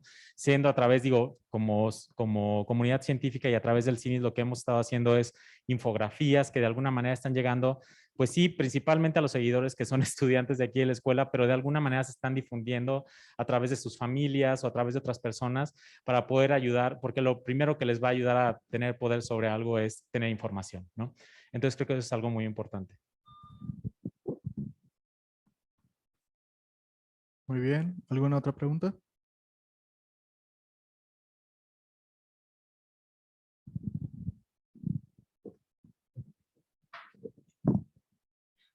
Hola, buenos días todavía, o tardes. Oscar Benjamín, de la Maestría en Salud Pública. Me gustaría preguntarles a los tres igual. Creo que queda claro que este tipo de problemáticas se exacerba o incrementa en estas minorías, ¿no? O en estas poblaciones de menor número, vaya. ¿Qué respuesta se plantearía desde la comunidad científica, independientemente del empoderamiento, algún plan estratégico para dar respuesta en estas situaciones de emergencia, o cuáles serían como estos principales retos a abordar desde, pues como tal, desde salud pública?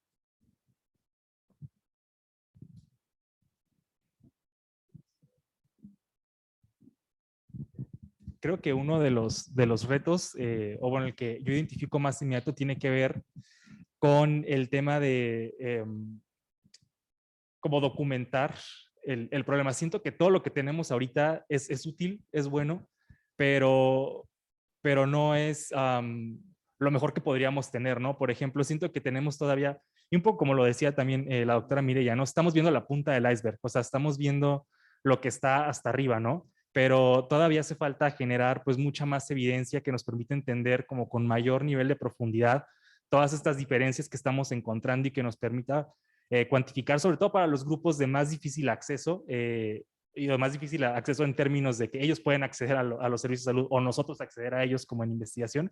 Creo que es donde tenemos que generar como mayores esfuerzos para poder, pues justamente informar como todos estos planes de acción para distintos tipos de emergencias, ¿no? Mireya, ¿quieres comentar algo? Sí, me gustaría añadir un par de cosas. La primera es que en emergencias, algo que estamos aprendiendo es que es invaluable contar con información como al minuto, ¿no? A veces eso sacrifica un poco el rigor de cómo nos gusta levantar datos, pero tenemos que buscar mecanismos alternativos de cómo recolectarlo. Y vuelvo al punto del ENCOVID, ¿no? Yo estuve dentro del grupo de investigadores que formó la ENCOVID. Me acuerdo, yo estaba con COVID en abril de 2020, marzo 2020, y dijimos, tenemos que sacar algo que mida rápido para tener una reacción, ojalá, ¿no? De la sociedad civil, del gobierno ante esto. Y bueno, pues optamos por una encuesta telefónica. Si es lo perfecto, pues no, seguramente tiene sus propios problemas, ¿no? Pero este medir para remediar es importantísimo, y es no solo el medir, ¿no? Como lo hacemos en investigación, sino es cómo vincularnos con gobierno y sociedad civil para que estos datos sean útiles. Por ejemplo, en el caso específico de lo que nosotros estuvimos haciendo con los migrantes en Estados Unidos, que lo hicimos en Nueva York y en Los Ángeles, teníamos un contacto bastante estrecho con las ventanillas de salud de los consulados. Entonces, esto ayudaba a pensar cómo atender esta población, cómo reconvertir servicios que ellos no podían estar dando presencialmente. Y, por ejemplo, en el caso de la ventanilla de salud de Nueva York, lo que hicieron fue conectarse con varias universidades en México para que se les pudiera dar atención remota, sensible, culturalmente en su idioma, a aquellos que estaban como en una situación más vulnerable, ¿no? Entonces digo, esto es obviamente tapar el sol con un dedo, pero bueno, remedió algo en ese momento. Y el segundo punto que quiero mencionar es que creo que la ciencia de implementación tiene muchísimo que aportar aquí, documentar no solo qué sirve o qué no sirve, sino cuáles son los procesos por los cuales las intervenciones en salud mental sirven o no, desde, pues ya sea en emergencia o fuera de emergencia. Y el último pilón que yo abonaría aquí es que algo que en México creo que no hemos tocado y que es importantísimo tocar, es que hay una falta inmensa de personal de salud para atender problemas de salud mental, tanto infantil como en la edad adulta. Y eso es algo que se tiene que remediar pues desde arriba. Y nada más para comentar específicamente sobre una de las estrategias nacionales, es la Estrategia Nacional de Prevención de Adicciones.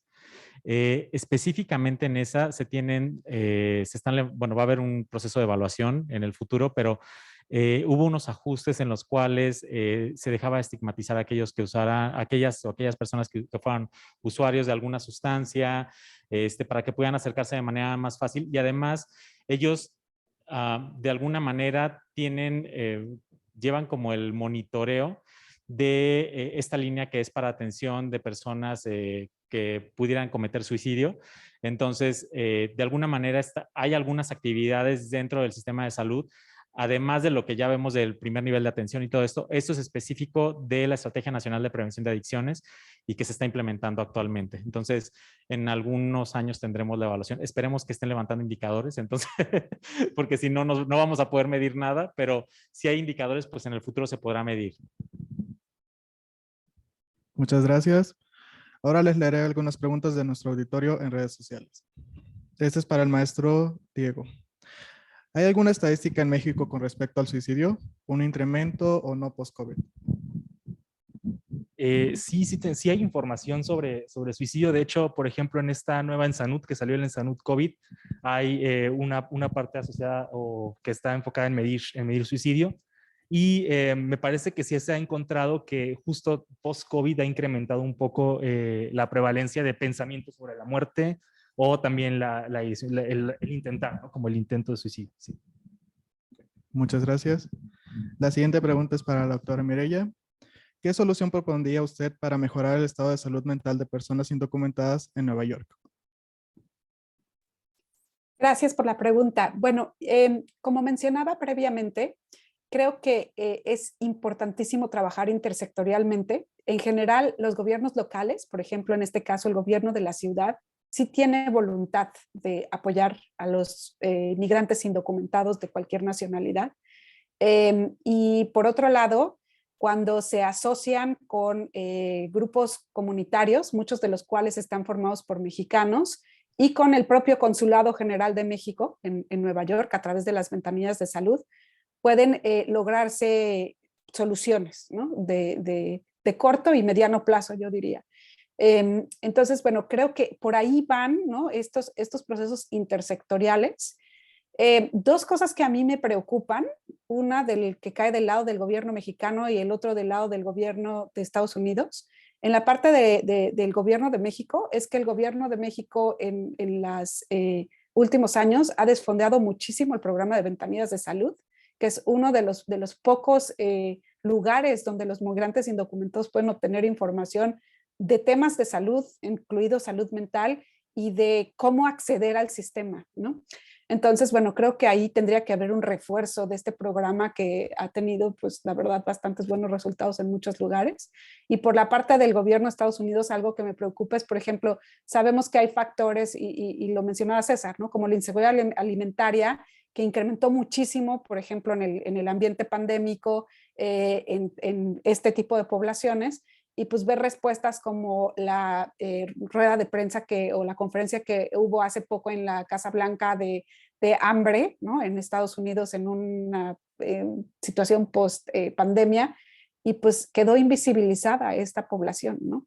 Entonces, pues yo creo que tenemos que hacer visible que fue una población que aportó muchísimo al mantenimiento de la economía de Estados Unidos, y que no se le ha hecho justicia social por mucho, ¿no? Pero bueno, eso va más allá de la pregunta, ¿no?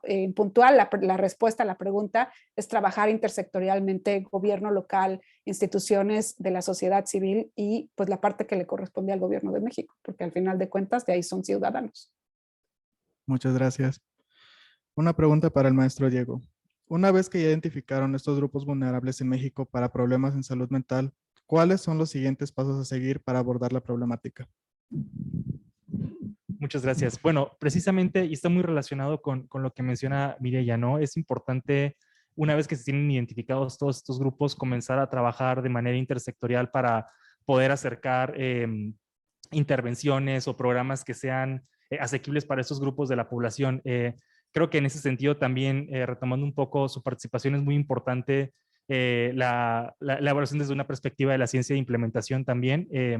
Es muy importante entender, por un lado, cuáles son las razones por las cuales estas personas que tienen peores desenlaces están presentando estos desenlaces. Y por otro lado, también es importante entender qué tipo de abordajes son los más adecuados, porque sí ha habido algunos abordajes que han intentado pues, mejorar algunos desenlaces en salud mental para grupos poblacionales muy específicos, pero hay muchas razones por las cuales a veces estos abordajes no cumplen con los objetivos con los que están diseñados, ¿no? Y muchas veces tiene mucho que ver con entender cuál es como esta configuración de los programas que son adecuados para la población para la que están diseñados, ¿no? Entonces, creo que esos son algunos de los pasos que siguen en ese sentido. Muchas gracias. La siguiente pregunta es para nuestros tres ponentes. ¿Cuál creen que sea la causa por la que se ha visto un aumento en la brecha entre hombre y mujer con trastorno depresivo? ¿Podría deberse a una mayor detección por acercamiento a los servicios de salud o existen otras condiciones que afecten por cuestiones de género? ¿Quieres comentarlo, Diego? Bueno, creo que una parte tiene que ver con justo, ¿no? Lo que les enseñaba de que parece que por datos de la salud las mujeres van más por servicios, entonces como que el diagnóstico es más porque te acercas más a los servicios. Pero creo que también hay otro tipo de factores, hay otros factores, por ejemplo, por factores biológicos, también se sabe que hay factores biológicos que hacen que las mujeres tengan mayor carga de problemas en este caso de depresión que los hombres, pero también por toda esta como cosa de género, ¿no? Que también existe donde se sabe que, no sé, como las mujeres en muchos contextos tienen mayores dificultades para acceder a como cierto tipo de empleos o tienen como, pues hay muchas diferencias, no muchas desigualdades con respecto a los hombres, entonces eso también como que ayuda un poco a explicar esta brecha en problemas de salud mental, ¿no? Entonces creo que son varias vías, no nada más es como la parte de acceso, sino hay otros aspectos, no sé, es mi pensamiento. Mireya, ¿quieres comentar algo? Sí, pues estoy de acuerdo con lo que se abordó ya, ¿no? Y nada más decir que pues desde una perspectiva de género hay estresores muy particulares de la mujer, o sea, la carga de la casa, ¿no? Muchas veces y de la crianza y de el desempoderamiento frente a pues, ambientes en donde la mujer se vale menos, ¿no? Todas estas cosas pues merman, ¿no? Ahora, una de las cosas que es interesante también y que creo que vale la pena vincularla con datos de adicciones, ¿no? ¿Cómo están los temas de adicciones entre hombres y mujeres en el pasado y a futuro, ¿no? Porque esto también puede ser un predictor importante de cómo vamos a poder ver las cargas a futuro, ¿no? Pero bueno, yo también creo mucho tema de estigma, de reconocer los problemas de salud mental diferenciados entre hombre, bueno, por género, ¿no? Entonces, por ahí yo creo que van las diferencias. Y un poco apoyando lo que comentan tanto Diego como Mireya, y justo lo que resaltaba Mireya en cuanto a uso y abuso de sustancias, lo que se ven o suele verse en cuestiones de salud mental es que, por ejemplo, en cuestiones de depresión, las prevalencias en mujeres más altas, pero en cuanto a uso de sustancias, los hombres son los que usan más sustancias. Entonces, ahí tenemos como una forma en la que pueden lidiar o lidian, no que pueden, con la que lidian con los problemas, en las cuales, bueno, lo que he visto en la literatura en cuanto a cuestiones de género es que las mujeres son más abiertas a hablar de estos problemas y pueden decirlo con mayor facilidad y los hombres no, al contrario. Entonces los hombres, al no poder hablar de esto, abusan o usan sustancias para poder desahogar esos problemas. Entonces tiene una carga de género muy importante. Sí hay cuestiones biológicas, pero creo que la carga de género es lo más importante en esto. Y iba a comentar algo más, pero si ahorita me acuerdo se los recuerdo, se los comento. Okay. Muchas gracias. ¿Nuestro auditorio presente tiene alguna otra pregunta?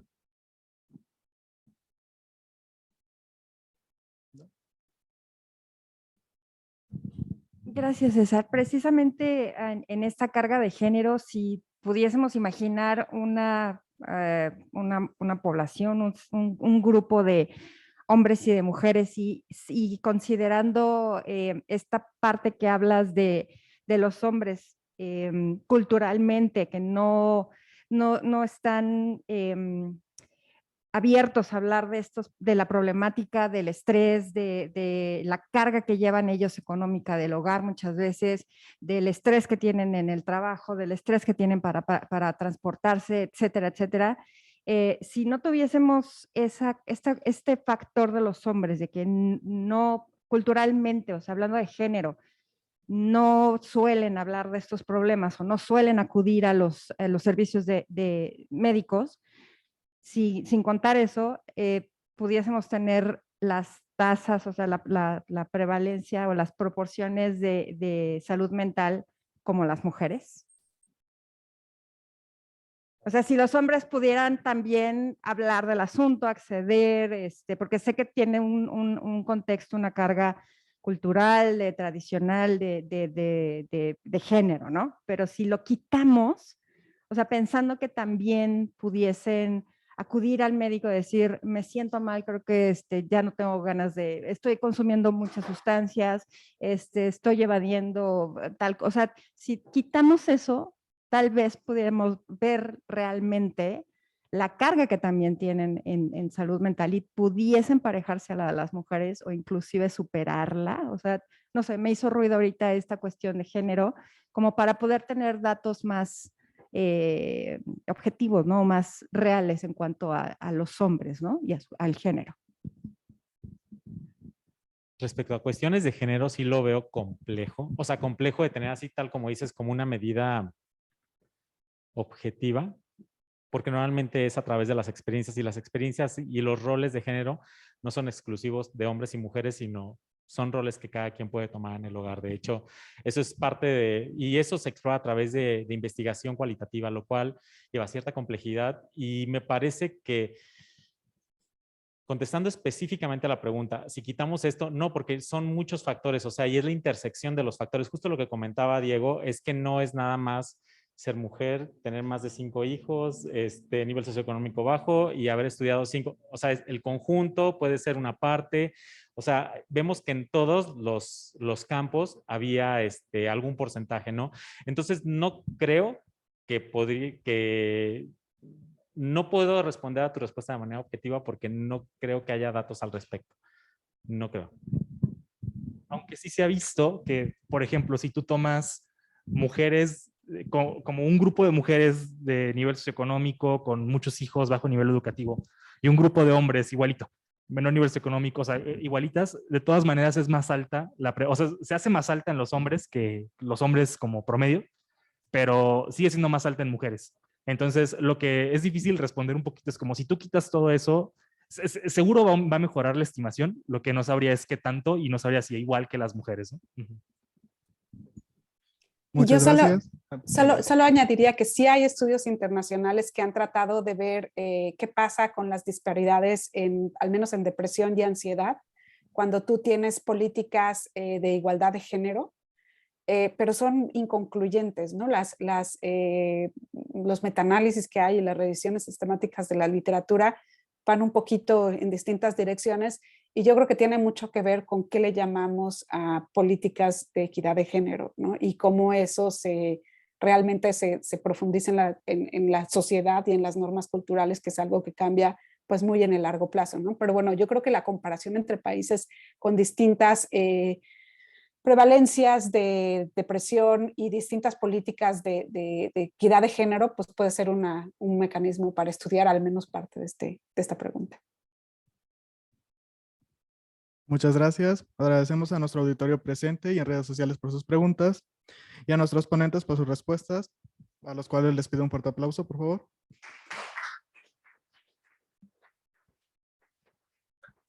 Doctora Cecilia, les cedo la palabra. Muchísimas gracias. Gracias a las y los asistentes y seguidores por sus preguntas y comentarios. Y para dar cierre a este seminario, le cedemos la palabra al doctor Eduardo Lascano, director general del Instituto Nacional de Salud Pública. Muchísimas gracias. Gracias. Buenas tardes. ¿Me escuchan? Sí lo escuchamos. Agradezco su amable invitación para participar en este seminario, el cual he seguido con mucha atención. Ustedes lo denominaron inequidades y contextos en salud mental, y una oportunidad no solamente para conmemorar el Día Mundial de la Salud Mental, que se focaliza en la atención a la infancia, la adolescencia y la juventud, reconociendo que estos estratos de edad tienen desde la perspectiva de salud mental una de las más altas vulnerabilidades y que requieren de mayores intervenciones poblacionales. También nos hace reflexionar en la necesidad de crear e implementar grupos de investigación y docencia en el área de salud mental al interior del Instituto Nacional de Salud Pública. Felicito al Centro de Investigación en Nutrición y Salud por haber organizado este seminario y muy importantemente a todos los que participaron por su enorme contribución. Particularmente a la doctora Mireya Vilar, quien tuvo la amabilidad también de conectarse y participar muy activamente en esta sesión académica.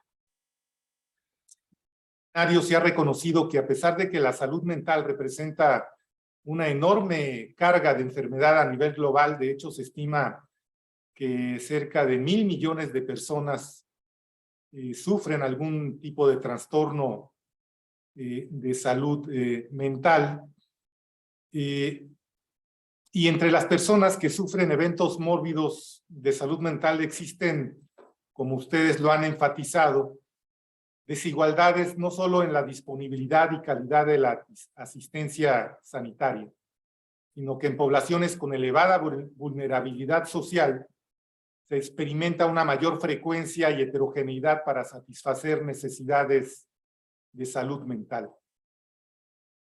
Reconocer que el deterioro de la salud mental a temprana edad condiciona afecciones crónicas que pueden continuar durante la vida adulta. Las políticas públicas en el futuro inmediato deben dar prioridad a reducir la enorme inequidad social en salud. Eso es la discusión que al menos en el contexto de México se encuentra en desarrollo, creando las condiciones para el acceso universal en salud y conformando un verdadero sistema de atención primaria con calidad centrado en las familias. A este respecto, será necesario mejorar la perspectiva de atención primaria orientada al ámbito de la salud mental, y para esto es necesario invertir en capital humano, y la Escuela de Salud Pública de México deberá estar preparada para enfrentar este enorme desafío. En otro contexto, el cambio climático, así como las transiciones demográficas que conducen al aumento de las enfermedades no transmisibles y el envejecimiento de la población, requieren remodelar la forma en que desarrollamos políticas públicas hacia la salud. También se ha discutido en este seminario, las ciudades albergan a más de la mitad de la población mundial y el contexto urbano ofrece una invaluable oportunidad de comprender los vínculos entre la salud, los determinantes sociales y el medio ambiente, e implementar soluciones siguiendo un enfoque no solo intersectorial, sino más bien transsectorial. Comprensión más profunda de los vínculos en la forma en que las ciudades se diseñan, planifican, construyen y gobiernan, y cómo esto afecta directamente a la salud humana ha evolucionado significativamente en los últimos años. Existe el antecedente de la Conferencia de las Naciones sobre Vivienda y Urbanismo Sostenible, y esta fue la primera vez que el término salud apareció como una cuestión intersectorial y se reconoció explícitamente como un componente central de la planificación urbana. Lo que se ha planteado en este seminario es una compleja interacción entre las desigualdades biológicas y sociales que contribuyen a romper el equilibrio en la salud mental. Debemos de enfatizar que las desigualdades sociales contribuyen a generar procesos mórbidos, aumentado por los procesos de migración y por los estilos de vida definidos precisamente por el estrato social.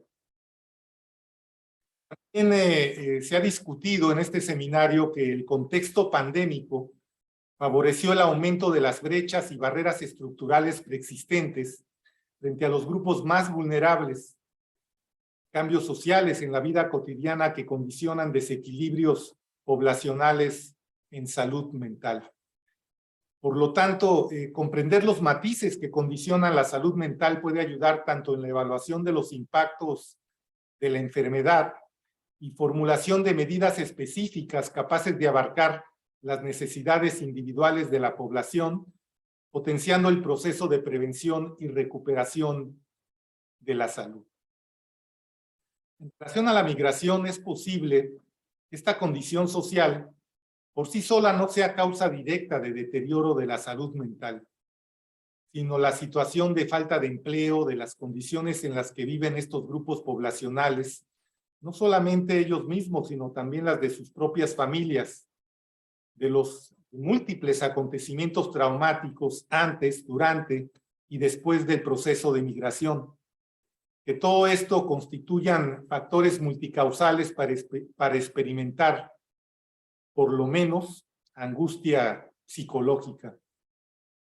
Estas condiciones de vulnerabilidad que afectan en mayor medida la salud mental, la migración que predispone a vivir condiciones de explotación y aislamiento, generada por inseguridad alimentaria y hambre, violencia y disturbios políticos. Cerrar mi pequeña participación considerando que en la sede de Tapachula, en Chiapas, todos ustedes saben que es una sede del Instituto Nacional de Salud Pública, estamos buscando la posibilidad de crear una unidad de investigación en migración y salud. A mediano plazo también nuestro desafío será crear las condiciones de infraestructura que nos permita estudiar de manera holística estos escenarios adversos de bienestar social. Mientras tanto, pienso que debemos de buscar alianzas institucionales para incidir en mayor medida en el campo de la salud mental. Nuevamente, los felicito por este seminario, a todos los participantes, a la invitada externa. Muchas gracias a todos nuevamente por su atención.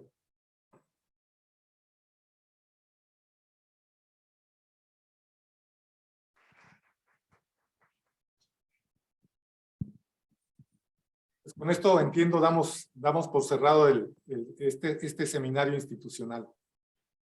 Así es, doctor. Muchas gracias. Gracias por sus palabras y evidentemente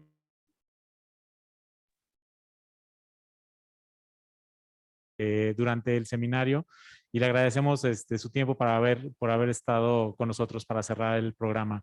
A la doctora Mireya, muchas gracias. Mireya, esperemos volverte a tener en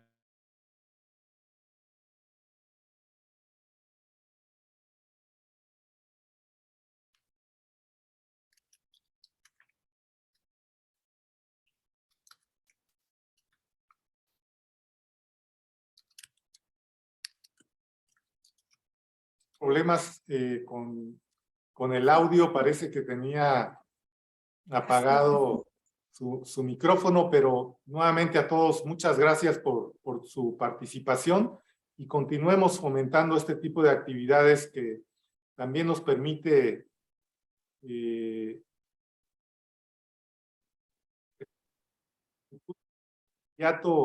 no solo incorporarnos a nuevas perspectivas, sino también a transformar nuestra estructura organizacional en términos de investigación y docencia. Muchas gracias, doctora Mireya. Al contrario, muchas gracias a todos. Muchos saludos.